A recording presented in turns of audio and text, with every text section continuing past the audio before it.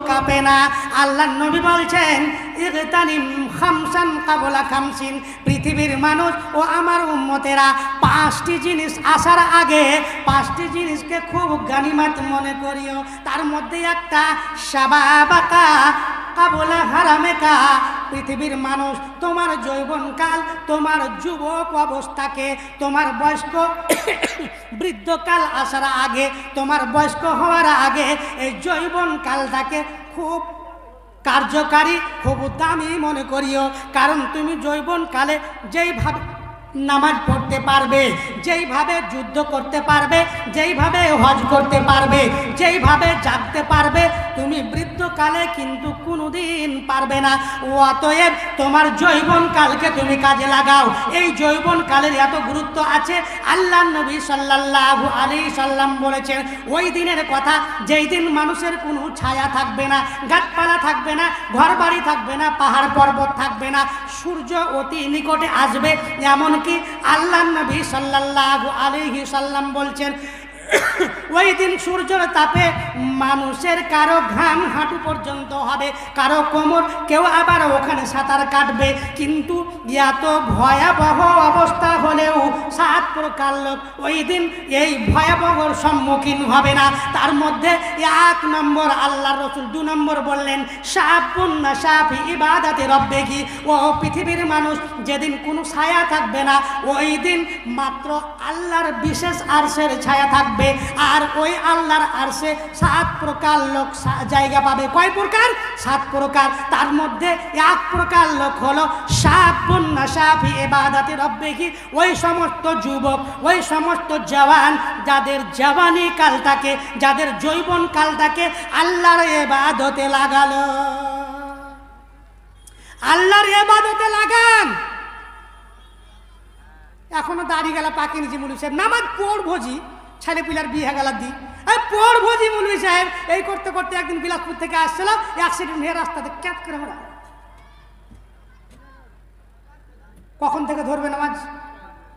যখনই বলেন বলে এখনো সময় আছে, মনে হয়েছে যে ওর বয়সের সার্টিফিকেট লেগে চালা গেছে। যখন বয়সই জানা নাই কতদিন বাঁচবেন আর কতদিন জি ভাইরা আমার। আল্লাহু আকবার। যাক, এটা পরের কথা, জাওয়ানিটা আমার পরের কথা। আল্লাহ রাসূল বলছেন যদি সৎ সন্তান পেতে চাও, যদি ভালো সন্তান পেতে চাও, তাহলে টাকার জন্য নিরক্ষর মেয়েকে, জেনারেল শিক্ষিত মেয়েকে, খুব ধনীর মেয়েকে বিয়ে করবে না। তোমরা যদি বিয়ে করতে চাও তাহলে খবরদার খবরদার একজন দ্বীনি শিক্ষিতা মেয়েকে বিয়ে করবে। আল্লাহ রাসূল বলছেন তুনকাহুল মারআতু লিআরবাঈন, স্ত্রী লোককে 4টা গুণের উপরে বিয়ে করা যায়। 4টা গুণ আমি বলছি না, আল্লাহর রাসূল বলছেন যদি 4টাই পাওয়া যায় সোনাই সোহাগা ভালো, আর যদি 4টা পাওয়া না যায় ফাজফার বিজাতিদ দ্বীন।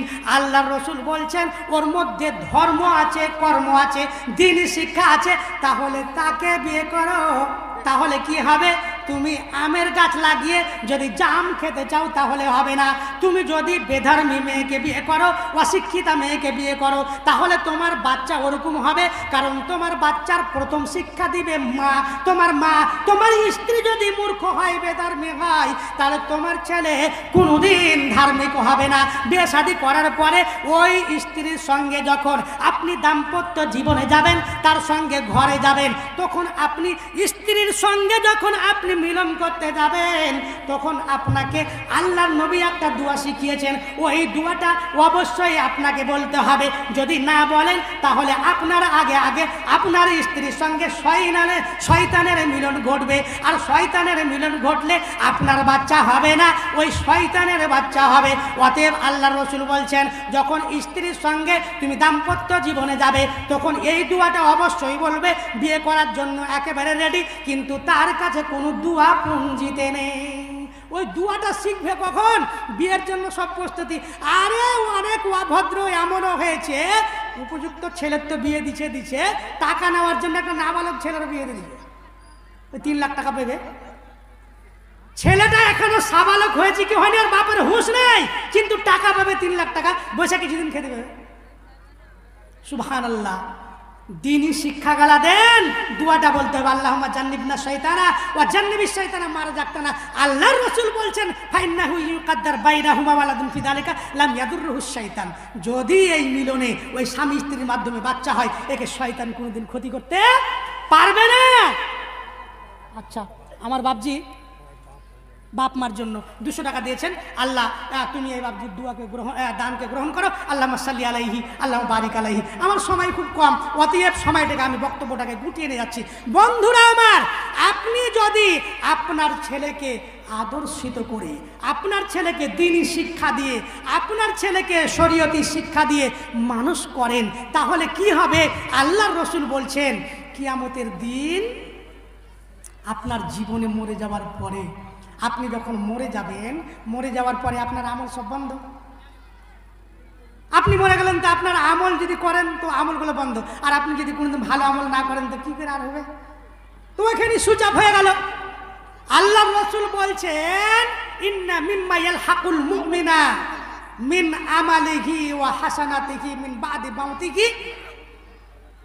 মানুষ যখন মারা যাবে, মুমিন যখন মারা যাবে, মারা যাওয়ার পরে তার সমস্ত আমল যেহেতু বন্ধ হয়ে যায়, তার নেকির সমস্ত সিলসিলা বন্ধ। কিন্তু মানুষ মারা গেলেও তার কিছু আমল এমন আছে যে আমলগুলো বন্ধ হয় না। অন্য হাদিসে বলেছেন ইল্লা মিন সালাসাতিন, 3টা আমল জারি থাকে। কি আমল জারি থাকে? আল্লাহ রাসূল বলছেন মুমিনের সাদকা জারিয়া হিসাবে, মুমিনের নেকি হিসাবে মরে যাওয়ার পরেও যেগুলো তার কবরে পৌঁছাতে থাকে, তার নেকি হিসাবে পৌঁছাতে থাকে, আল্লাহর রাসূল বলছেন ইলমান আলিমাহু ওয়া নাশারাহু।